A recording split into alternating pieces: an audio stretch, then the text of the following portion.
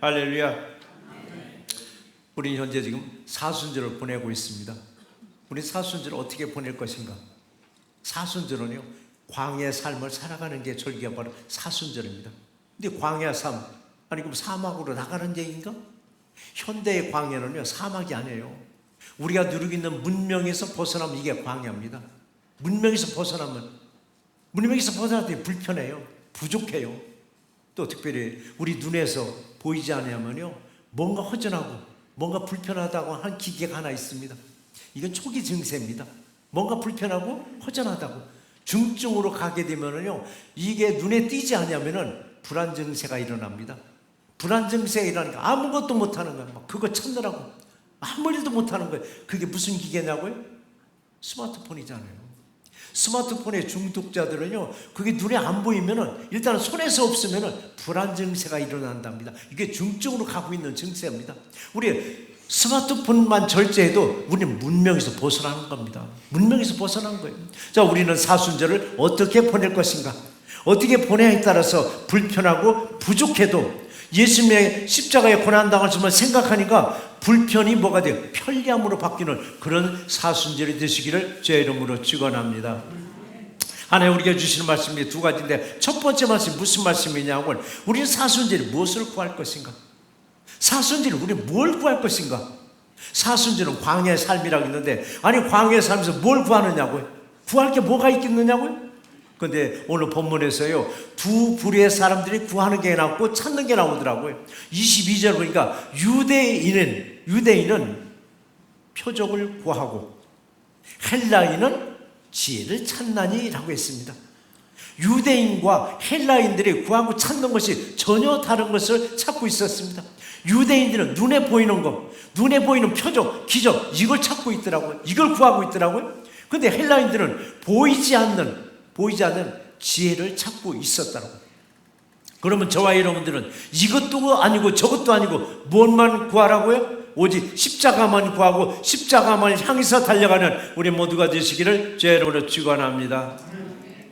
눈에 보이는 표적을 구하는 유대인들이나 눈에 보이지 않는 지혜를 찾는 헬라인들, 이들보다 우리는 앞서 나가서 우리들 구하고 찾는 것은 무엇일까? 이게 23절 말씀인데요, 23절 말씀 같이 한번 읽어보시겠습니다. 우리는 십자가에 못 박힌 그리스도를 전하니 유대인에게는 꺼리끼는 것이요 이방인에게는 미련한 것이로다. 자, 우리들은 뭘 구할 것인가? 우리도 똑같이 이들과 같이 표적을 구할 것인가? 아니면 지혜를 찾을 것인가? 우리는 그런 걸 구하고 찾는 것이 아니라 뭐 하라고? 전한다고 했습니다. 뭘 전하라고? 십자가에 못 박힌 예수 그리스도를 전한다고. 십자가에 못 박힌 예수 그리스도를 전한다고 했더니 반응이 다르게 나옵니다. 유대인들 반응과 헬라인들의 반응이 전혀 다르게 나옵니다. 유대인들에게 십자가에 못 박힌 예수 그리스도를 전한다고 했더니 유대인들이 뭐냐면 그 말을 들으면서 깨름직하게 여기더랍니다. 깨름직하게. 그럼 헬라인들은 십자가에 못 박힌 예수 그리스도를 전하였더니 헬라인들은 뭐냐면 왜 미련한 짓을 하느냐고, 왜 미련퉁이처럼 그렇게 살아가느냐고 비방하더라고요. 그럴지라도 우리들은요, 십자가에 못 박힌 예수 그리스도만을 전하는 우리 모두가 되시기를 제 이름으로 축원합니다. 그래요. 다시 한번 생각해 보시자고요. 하나님 말을 찾고 하나님을 구하던 유대인들, 고작 그들이 찾는 것은 눈에 보이는 것, 기적과 이적을 찾고 있더라고요.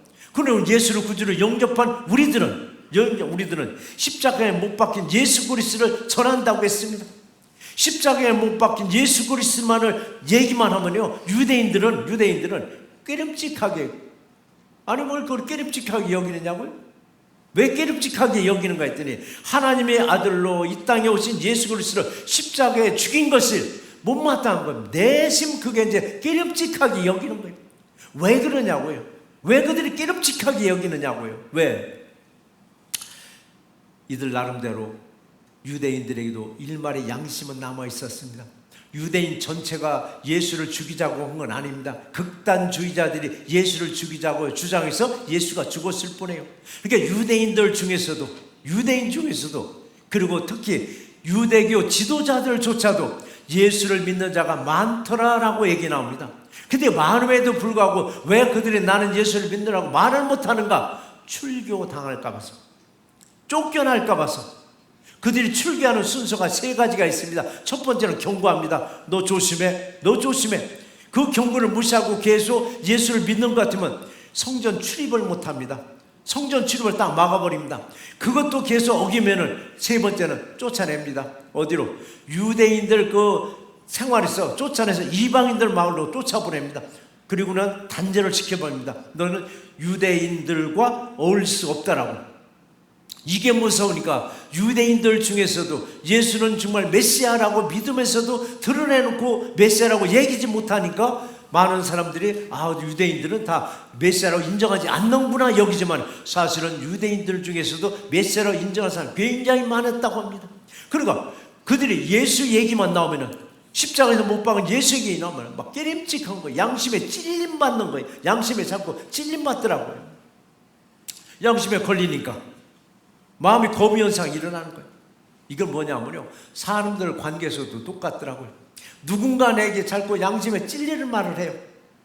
내게 자꾸 기분 나쁜 얘기를 해요. 그럼 그걸 어느 사람 수용하는 사람이 있습니다. 그래? 내가 잘못했구나. 고쳐나가야지. 이건 깨끗해요 그러면. 근데 나를 자꾸 찔리는 말을 하는데 이게 듣기 싫은 거예요. 거부해버려요. 거부해버리니까 깨름칙하고 그 사람과 만나려고 하려진 않아요. 왜? 내 속을 뒤집어 놔버리니까. 유대인들도 마찬가지더라고요. 밀만의 양심은 있으니까 십자가 얘기만 나오고 예수 얘기만 나오면 깨름칙한 거예요. 말은 못해도 깨름칙한 거라고요. 우리는 사순절을 보내면서 더욱더 십자가만 향해서 달려가는 우리 모두가 되시기를 주의 이름으로 축원합니다. 십자가에서 못 박힌 예수의 이름만 나오면은 유대인들의 마음을 꼭꼭 찌르고 있는 거예요. 유대인의 마음을 꼭꼭 찌르고 있더라고요. 이것을 알면 사실 은혜요. 누군가 말을 해서 내 양심에 꼭꼭 찔러면요, 이건 은혜예요 여러분. 근데 뭔가 모르니까 그냥 기분 나쁜 거예요. 기분 나쁜 거. 그러니까 깨름칙하다고. 우리들 마음에도 그래요. 뭔가 자꾸 누군가서 찔리는 말을 할 때 이게 하나님이 나한테 뭔가 회개하라는 사인인가 보다라고 회개했을 때 우리는 예수 앞에 올바로 설 수 있습니다. 근데 우리 감각이 없는 거예요. 누군가 계속 나를 찌르고 있는데도 불구하고 이걸 감각이 없으니까 기분 나쁜 거예요. 저 사람 나만 보면 찔르는 소리 하고 있어? 나만 보면. 근데 기분 나빠하기 전에 주님은 왜 저 사람 통해서 내게 말씀을 주시나? 이걸 찾아보면은 하나님의 은혜로다 할 수 있다. 때로는 그래요. 만나게 되면 속 뒤집어 놓는 사람 있어요. 만나게 되면 속 뒤집어 놓는 사람, 이 사람들을 한번 깊이 생각해 봐야 돼요. 왜 하나님은 저 사람을 통해서 내 속을 이렇게 뒤집어 놓는가? 속 뒤집어 놓는 사람 누군가 있더래요. 가정에서 제일 많이 일어난다 하더라고요. 꼭 남편이 부인의 속을 뒤집어 놓는가 하면 부인도 마찬가지예요. 남편의 속을 확 뒤집어 놓는데 한번 생각해 봐야 돼요.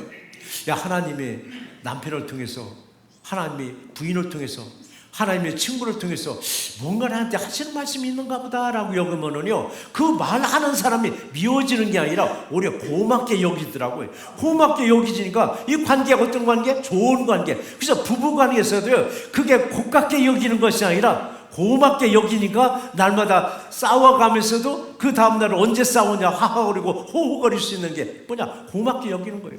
친구들 간에도 마찬가지예요. 찔르는 사람을 고깝게 여길 것이 아니라 하나님이 당신을 통해서 내게 말씀을 주시는구나 여기니까 고가운 게 아니에요. 그걸 은혜로 여기면 얼마나 크게 은혜냐고요. 우리 이번 사순절을 보내면서 성도님들 거의 다가 지금 보통 아마 좀 80명 90명이 지금 필사정리 하고 있잖아요. 그분들이 한 장 한 장 써가면서 예수님의 고난을 경험하는 거예요. 눈도 침침해요. 팔목도 아파요. 허리도 아파요. 시간도 없어요. 한 장 한 장 쓰면서 예수님의 고난을 겪어가지면서도 또 하나 더 곁들인다면은 문화 금식도 조금 곁들여가면 더 은혜가 될 줄 믿습니다. 문화 금식은 뭔지 아시잖아요. 내가 좋아하는 것들, 내가 좋아하는 기호식품 있어요. 커피 하루에 10잔 줄겠다면 한 5잔만 줄이고, 내가 좋아하는 음식 있으면 조금은 절제해보고, 그래야 이제 금년이요. 금년 20일밖에 안 남았어요. 하루에 3끼 딱 먹여야 될 분도 계세요. 단기가 있는 분들은 3끼 다 드셔야 되지만은 건강하신 분들은 한 끼쯤은 줄여봐도 하나님 앞에 그 광야의 삶을 통해서 주님을 만나고 있을 그런 기회가 아닌가. 바로 우리는 문학 음식을 통해서 필사 성경을 통해서 주님이 이 땅에 오셔서 십자가에 못 박히기 전까지 우리의 고난을 고통을 우리가 경험할 수 있으니까 이게 바로 광야가 되더라고요.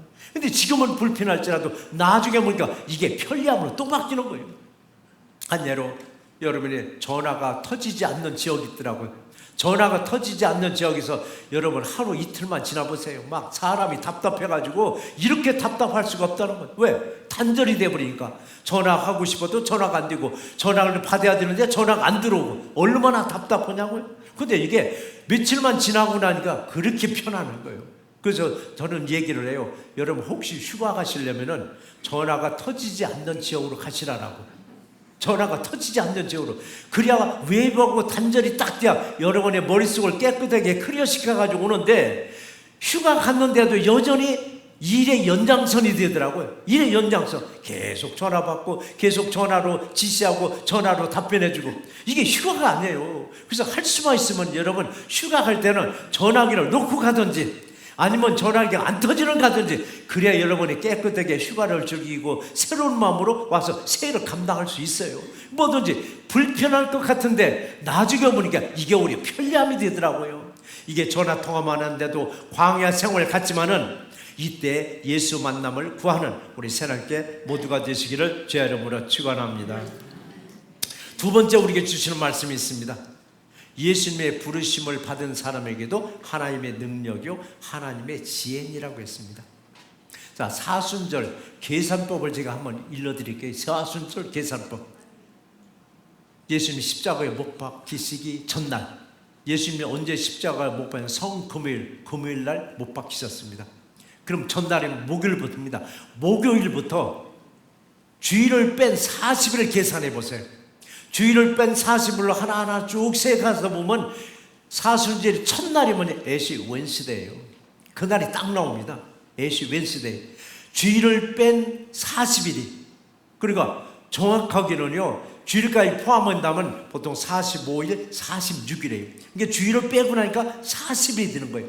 그런데 성경에서 이 40이라는 숫자는 굉장히 중요한 사건들이 여러 번 있었습니다. 모세가 시내산에서 40일 금식하고 나서는 율법을 받았습니다. 쉽게 말하면 돌비를 받았습니다. 엘리야가 40일을 걸어서 호렙산 하나님 산에 도착해서 하나님의 음성을 들었습니다. 모세에 의해서 가데스 바네에서 가나안 땅 정탐하고 오라는 날수가 40일인데 40일 정탐하고 와서는 이들이 반역을 일으키려다가 하나님의 진노로 40일 곱하기 1년에서 40년간 그들은 광야 생활을 하고 비로소 어디로 들어갔어요? 가나안 땅에 들어갈 수 있었습니다. 예수님의 공생을 시작하기 전에 40일간 금식하고 나서 공생에 시작했습니다. 예수님이 죽으시고 부활하시고 승천하시기 전까지 그게 40일입니다. 40일간 이 땅에 계시면서 제자들을 다시 양육시키고 그리고 승천하셨습니다. 이처럼 사순절은 사실은 숫자는 그냥 넘길 숫자가 아닙니다. 사순절 우리에게 주시는 능력이요 지혜를 다 받아 누리는 우리 모두가 되시기를 주의 이름으로 축원합니다.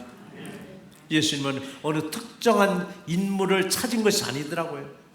너는 되고 너는 안 되고가 아니더라고요. 이 말씀 어디 있냐면 24절 말씀인데 같이 한번 읽어보시겠습니다. 오직 부르심을 받은 자들에게는 유대인이나 헬라인이나 그리스도는 하나님의 능력이요 하나님의 지혜니라고 말씀하셨습니다. 누구든지 부름을 받았으면 하나님의 능력입니다. 오늘도 여기 오신 거 하나님의 능력을 받고 여기 오신 것입니다. 하나님의 능력을 주지 않으면요 오늘 옆으로 셉니다. 세상이 더 좋습니다.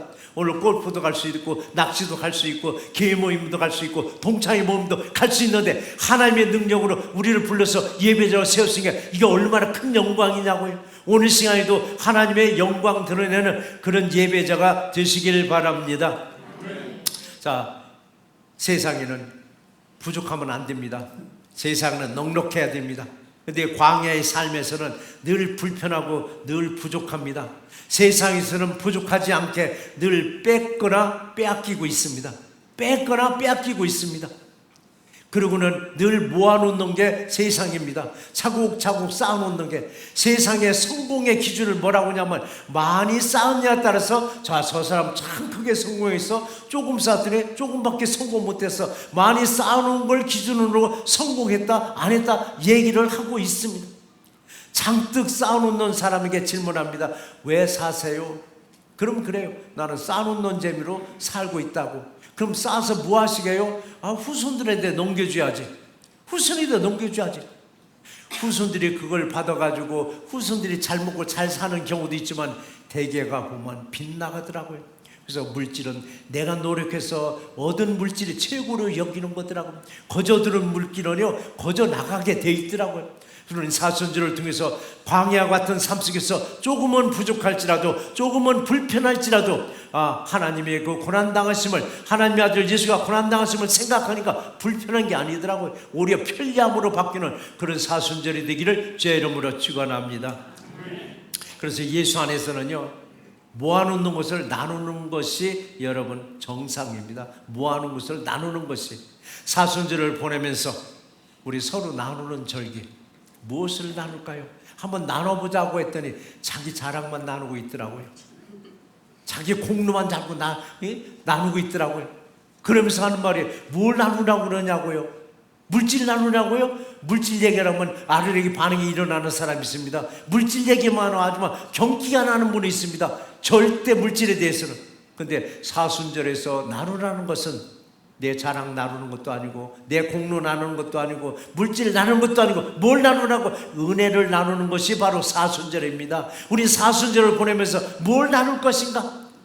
전에는 희희낙낙거렸지만 이제는 좀 경건하게 받은 은혜 얘기를 좀 나누시고 십자가의 고난당하심을 나누는 게 이 사순절인데, 사순절이 그렇지 못하고 할 얘기 다 하고 할 행동 다 하다 보니까 사순절인지 평일날인지 감이 안 잡힙니다. 그러다 보니까 예수님이 죽으시고 부활하시고 이 승천하심이 믿어지질 않는 거예요. 항상 우리는 사순절을 보내면서 내게 능력을 주시고 내게 지혜를 주시는 주님께 감사와 영광을 돌리는 우리 모두가 되시기를 제 이름으로 축원합니다. 사순절 광야의 삶은요 감춰진 나를 발견하는 절기입니다. 내가 나를 제일 모릅니다. 여러분이 여러분 자신을 제일 모릅니다. 누가 제일 먼저 잘 알아요? 한 식구들이 제일 잘하는데 잘 아는 식구들이 뭘 얘기하면 제일 싫어하더라고요. 부인이 남편 얘기하면 싫어하고 남편이 부인 얘기하면 싫어하더라고요. 사순절은요 감춰진 나를 발견하는 절기. 사순절의 그 광야의 삶을 나 영성을 발견하는 절기가 돼야 됩니다. 나 영성, 내 영성은 과연 올바른 영성을 가지고 있는가? 바른 길로 가고 있는가? 아니면 잘못된 길로 가고 있지는 않은가? 광야는요 문명과 멀어지면 멀어질수록 더 깊은 광야 깊은 곳에 들어갑니다. 깊은 광야 깊은 곳에 들어갈수록 예수님과 더 만날 수 있는 기회가 되니까 문명을 좀 벗어나서 더 깊은 곳에서 예수님과 늘 교제하는 사순절이 되시기를 제 이름으로 축원합니다. 광야 삶이, 그래야만이 광야 삶이 여러분의 은혜가 됩니다. 광야 삶이 여러분의 기쁨이 됩니다. 광야 삶이 부활의 소망이 되는 절기가 반드시 이루어질 줄 믿습니다. 우리 사순절 광야 생활에서는요 내가 사는 게 아니더라고요. 누가 살아? 내가 죽어주고 내 안에 예수가 살아야 됩니다. 내가 죽어지지 않냐고, 내가 살아있으면요 예수 만날 수 없습니다. 사순절은 고난의 기간입니다. 광야의 기간이라고 했습니다. 여기서 내가 죽어지지 않고 내가 피둥피둥 살아있으면요 예수님은 만날 수 없습니다. 내가 죽어지고 내가 죽어져서 정말 광야 생활 속에서 주님을 만나셔야만 됩니다. 근데 내가 죽어지지 아니하다 보니까 출애굽한 1세대 유대 민족들 한번 생각해 보세요. 출애굽한 1세대 이스라엘 백성들 40년 광야 생활 속에서도 하나 버리지 못한 근성이 하나 있었습니다. 무슨 근성? 노예 근성을 못 버리더라고요. 노예 근성을 그들은 버리지 못하고 중간중간에 반역을 일으키면서 애굽으로 돌아가자라고. 애굽에 누가 기다리는 사람이 있냐고요? 놀랍게도 애굽에 가면은 주인집에서 고기 삶을 때 떨어지는 고기 좀 얻어먹던 거 그걸 기억하고 돌아가자라고. 우리는요 과거로 돌아가는 게 아닙니다. 우리는 미래를 향해서, 십자가를 향해서 부활을, 소망을 가지고 오늘 또 내일 또 열심히 달려가는 우리 모두가 되시기를 주의 이름으로 축원합니다. 사순절을 보내면서 또 하나가 있습니다. 좀 성질이 죽어야 됩니다. 내 고집통이 죽어야 됩니다. 근데 안 죽어지는 거, 이게. 내 승질머리가 안 죽어지고 내 고집통이 안 죽어지는 거예요. 그거 어떻게 하라고? 저는 그래요. 이런 때 금식하면서 기도하자라고. 금식하면서 기도하자고. 금식은 왜 하느냐고? 나를 죽이기 위해서 금식하는 겁니다. 어느 사람은 금식하면서 주님을 만나자고 금식하는데 아니에요. 내가 죽어지지 않으면요 주님 절대 못 만납니다. 금식하면서 내가 죽어질 때 주님 만납니다. 금식하다 보니까 허기지니까 말할 기운도 없습니다. 금식하다 보니까 허기지고 힘이 없으니까 가서 싸울 힘도 없습니다. 이때 기도할 때 주님이 우리에게 반드시 만나 주십니다. 우리는 사순절을 보내면서 내 승질머리가 죽어지지 않냐고, 내 고집통이 죽어지지 않냐면 방법 없습니다. 금식이라도 해가면서 기도할 때 내 승질이 죽어질 때 주님을 만납니다. 그래야 비로소 주님의 죽으심과 그리고 주님의 부활하심과 주님의 승천하심을 믿어지는 우리 모두가 되시기를 주의 이름으로 축원합니다. 그래요. 사순절에 내가 죽어지라 했더니 것이 죽어지는 게 아니에요. 것이 죽어지는 게 아니라 내 속사람이 죽어져야 됩니다. 그래야 예수님의 고난을 내가 정말로 느낄 수 있습니다. 겉이 죽어지면요 약병 들고 다니더라고요. 죽으라고 했다고 넥타이 들고 다니더라고요. 겉을 죽으면 안 됩니다. 내 속이 죽어야 내가 올바르게 주님을 만날 수가 있습니다. 내가 죽어질 때 이때 25절에 어떤 현상이 일어나는가 같이 한번 읽어보시겠습니다. 하나님의 어리석음이 사람보다 지혜롭고 하나님의 약하심이 사람보다 강하니라 라고 말씀하셨습니다. 사람이 겉모습을 보니까 보잘것 없습니다. 변변치도 못해 봅니다. 근데 누구보다도 지혜롭다라고 했습니다. 그래서 사람 우리는 겉모습을 보고 선입관으로 딱 계산합니다. 참 지혜로워 보이네. 아이고 어리석어 보이네. 근데 하나님은 어리석어 보이는 사람에게 지혜롭게 하신다고 하셨습니다. 겉모습을 보니까 약하고 약해 보이는 거예요. 무슨 일 할까 싶지 않아요. 바람 불으면 날려갈 것 같아요. 근데 어떤 상황이 딱 닥치니까 천하무적 당할 장사가 없습니다. 누구의 능력으로? 하나님의 능력이요 하나님의 지혜입니다.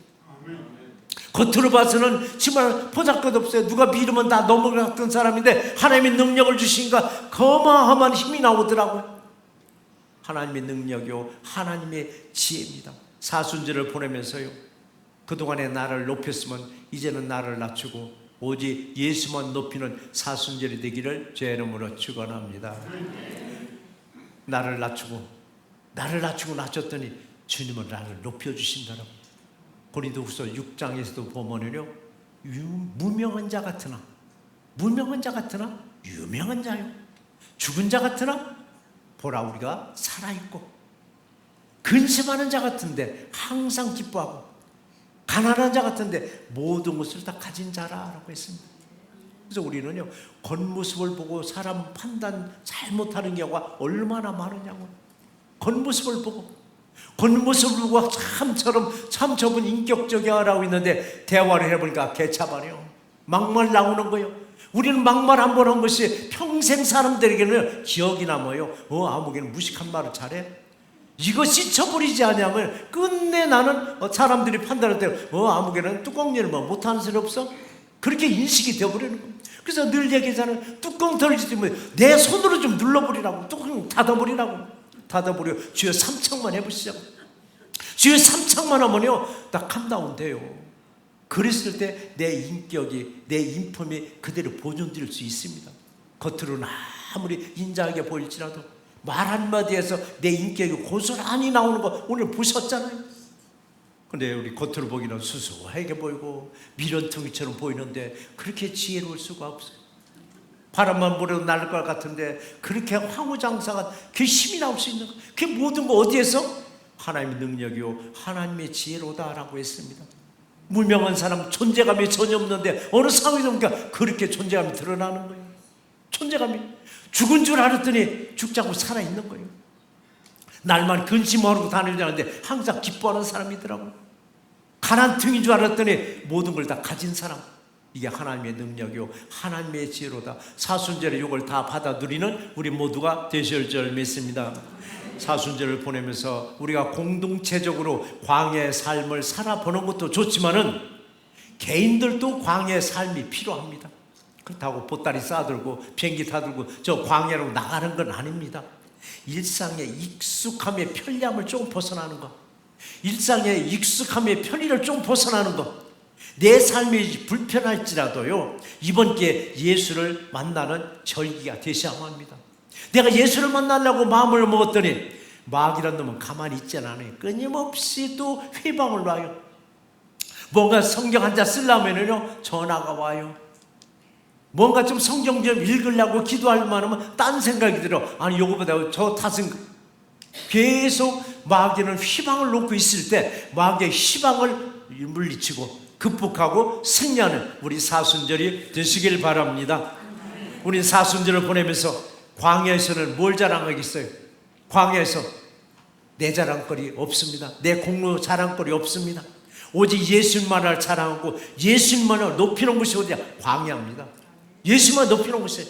그간 세상만 바라봤지만 우린 사순절을 통해서 부활의 예수님을 바라보면서 능력도 지혜도 얻는 우리 새날께 모두가 되시기를 주의 이름으로 축원합니다. 말씀 한번 정리해 보겠습니다. 사순절은 광야의 삶을 살아가는 절기이지만은 현대 광야는 사막이 아니고 문명에서 벗어나면 광야가 됩니다. 현대 문명 중에서도 스마트폰으로 즐기는 시간이 하루 일과 중 높은 비율을 차지하고 있습니다. 며칠만이라도 스마트폰 사용을 못한다면 이것이 삭막한 과거냐 아니냐고 무슨 낙으로 사느냐고 항의할 수도 있습니다. 이만큼 현대인들은 스마트폰하고 일체된 삶을 살아가다 보니까 스마트폰이 신체 일부로 여길 정도가 되었습니다. 현대 문명을 확실하게 누리는 우리들은 사순절을 보내면서 조금이라도 문명을 멀리함으로 광야의 삶 속에서 예수님을 만나셔야만 합니다. 쾌적한 환경 속에서 예수님을 만나기보다는 문명을 떠난 광야와 같은 환경에서 위에 계신 예수님을 만나는 사순절이 되시기를 주의 이름으로 축원합니다.